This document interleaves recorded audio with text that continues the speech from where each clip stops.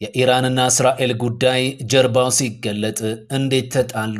እስራኤል ከኢራን ጋር ወዳጅ መሆኗ አሁን ላለው ሰው እውን አይመስል ይሆናል። የመጣላታቸው ጥጉ እምነት የሚመስላቸው የዋሆችም አይጠፉም። እንደዚህ እንዲታሰብ ተሰርቷልና ጉዳዩ ሌላ መልክ ያለው ነው። ለመሆኑ የእነዚህ ሁለት ሀገራት ግንኙነታቸው ምን ነበር? ባላንጣነቱስ ከምን የመነጨ ነው? ቀጥለን እንመለከተዋለን። የእስራኤልና ኢራን የግንኙነት ታሪክ የሚጀምረው ከጥንት ባቢሎን ዘመን መሆኑን መጽሐፍ ቅዱስ ዋቢ ነው።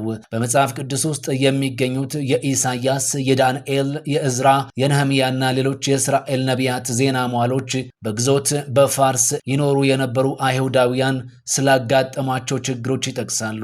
ከክርስቶስ ልደት በፊት በስድስተኛው ክፍለ ዘመን የፋርስ ንጉሥ ታላቁ ቂሮስ አይሁድ ወደ ኢየሩሳሌም ተመልሰው ቤተ መቅደሳቸውን መልሰው እንዲሰሩ እንደፈቀደላቸውም ይነገራል። በዚህ ወቅት በፋርስ ውስጥ በደንብ የተቋቋመና ተደማ ጭነት ያለው የአይሁድ ማህበረሰብ ነበር። አይሁዶች በቀድሞው ፋርስ በዛሬዋ ኢራን ውስጥ ከ2700 ዓመታት በላይ እንደኖሩ ታሪክ ያሳየናል። ወደ ቅርቡ ዘመንም ብንመለስ እስራኤል በ1948 ዓመተ ምህረት እንደ ሀገር ስትመሰረት ከሙስሊሙ ዓለም እውቅና የሰጡ ብቸኛ ሀገራት ኢራንና ግብጽ ነበሩ።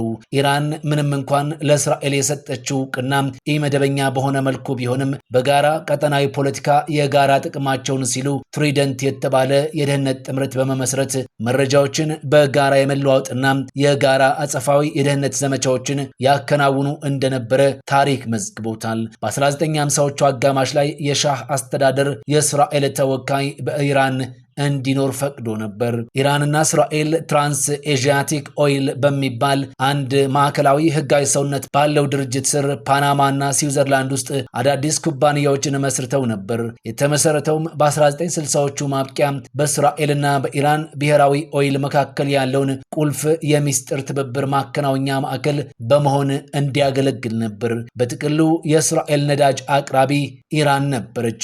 በአውሮፓውያኑ 1970 ኢዝራኤል ኢራንያን ፓይፕላይን በመባል በሚታወቀው መስመር በጋራ በመሆን በእስራኤል በኩል ለአውሮፓ ነዳጅ ይልኩ ነበር። ሀገራቱ 1968 ላይ የተሻለ ዘመናዊ የሚሳኤል ስርዓት ያተኮረ ፕሮጀክት ፍላወር የሚባል አንድ ጥምር የኢራናውያን ኢዝራኤላውያን ወታደራዊ እንቅስቃሴ ነበር። ይህ ነዳጅ ለጦር መሳሪያዎች ከሚውል ሀገራቱ በ1960ዎቹ ማብቂያ ላይ ከፈረማቸው 1.2 ቢሊዮን ዶላር ከሚገመቱት 6 ኮንትራቶች መካከል አንዱ ነበር። እስራኤል 300 ሚሊዮን ዶላር በቀጥታና 250 ሚሊዮን ዶላር በነዳጅ መልክ የምትከፍል ሲሆን ይህም ኢራንን እስራኤል መር ለሆኑ የምርምርና የልማት ፕሮጀክቶች ዋነኛ የገንዘብ ምንጭ ያደርጋታል። እስራኤል ልማቱን ስትመራ ኢራን የሚሳኤል መገጣጠሚያና መሞከሪያ መሰረተ ተቋም መገንባት ጀምራ እንደነበር ማሱድ ፋራንግ ባሳተመው ኢራን ኢዝራኤሊ ኮኔክሽን በሚል ጆርናሉ ላይ አስነብቧል። በሌላ በኩል ኢራንና እስራኤል ኢራቅን የጋራ ስጋት አድርገው ይመለከቷት ነበር። ይህ ደግሞ ሌላ የትብብር ምክንያት ሆኗቸዋል። በ1950ዎቹ እስራኤል ከኢራቅ ማዕከላዊ መንግስቱ ጋር ይፋለሙ የነበሩትን የኢራቅን ኩርዶች ትደግፍ ነበር። ኢራን በበኩሏ የኢራቅ ኩርዶች የኢራቅ ማዕከላዊ መንግስትን ለመጣል ዋነኛ አቅም እንደነበሩ ማመን ብቻ አይደለም ትደግፋቸው ነበር። በዚህ መሰረት የእስራኤሉ ሞሳድና የኢራኑ ሳቫክ የተባሉት የስለላ ድርጅቶች ኃይሎቻቸውን በማጣመር የኢራቅ ኩርዶችን ትግል ለማገዝ በትብብር ይሰሩ ነበር።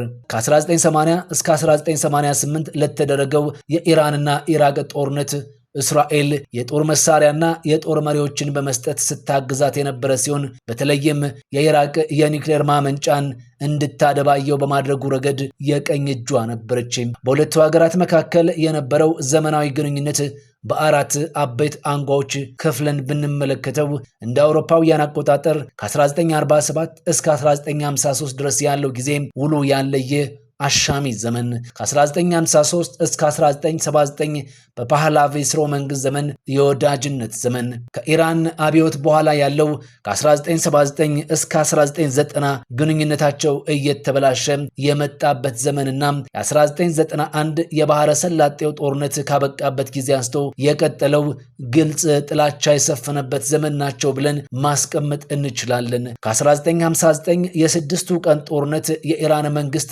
እስራኤል በዚህ ጦርነት በግብፅ በሶሪያና በዮርዳኖስ መከላከያ ኃይሎች ላይ ድል መቀዳጀቷን በአደባባይ በመመስከር ግንኙነቱን በጥልቀት ለማስቀጠል ጥረት ሲያደርግ ይታይ ነበር።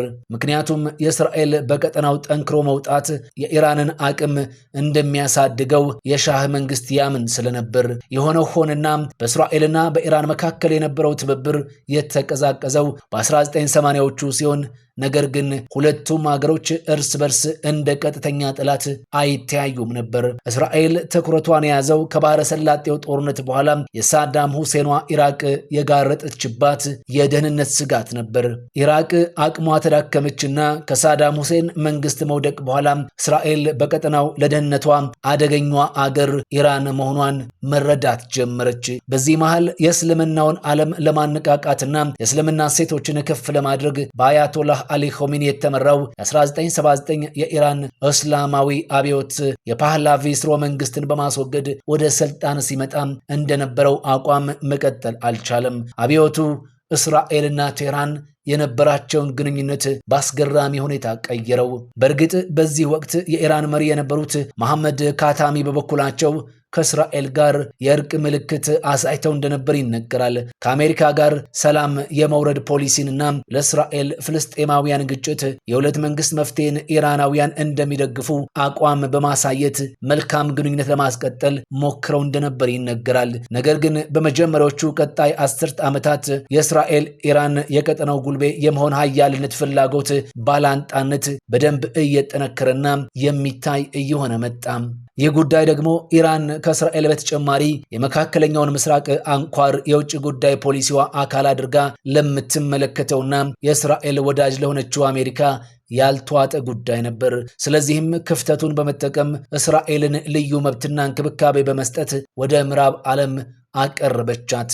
ለዘመናት የነዳጅ ሀብቷን የበዘበዘቻት አሜሪካ ጉያ መሸሸግ ያሳሰባት ኢራን በቀጠናው ጸረ እስራኤልና አሜሪካ ትግል የሚያደርጉ ታጣቂ ቡድኖችን መደገፍ ጀመረች። ሄዝቦላህን በሊባኖስ፣ ሐማስን በፍልስጤም እንዲሁም ሐውቲን በየመን በገንዘብ በጦር መሳሪያና በወታደራዊ ስልጠናዎች የምትደግፈው ኢራን ነበረች። አሜሪካም ለእስራኤል የመሳሪያና የቴክኖሎጂ ውጤቶች በገፍ በስጦታ ማበርከት ለቀጣዩ ህልውና ስላሳሰባት በ1980ዎቹ አጋማሽ ውስጥ ከአብዮቱ በኋላ ተቋርጦ የነበረው የሲልቪያውያን የኒውክሌር መርሃ ግብር በሩሲያ ረዳትነት እንደገና መጀመር ግድ በመሆኑ ጀመረችው። ይህም እስራኤልን ክፉኛ አሳስባት። በመሆኑም የእስራኤል አይኖች ከኢራን ኒውክሌር ፕሮግራም ላይ አለመነቀል ጀመሩ። በቀጠናው የኃይል ሚዛኑን ለመቆጣጠር ራሳቸውን ከሌሎች ጦርነቶችና ግጭቶች ጀርባ ሆነው በመሳተፍ በመካከለኛው ውጥረት እንዲጨምር ሆኗል።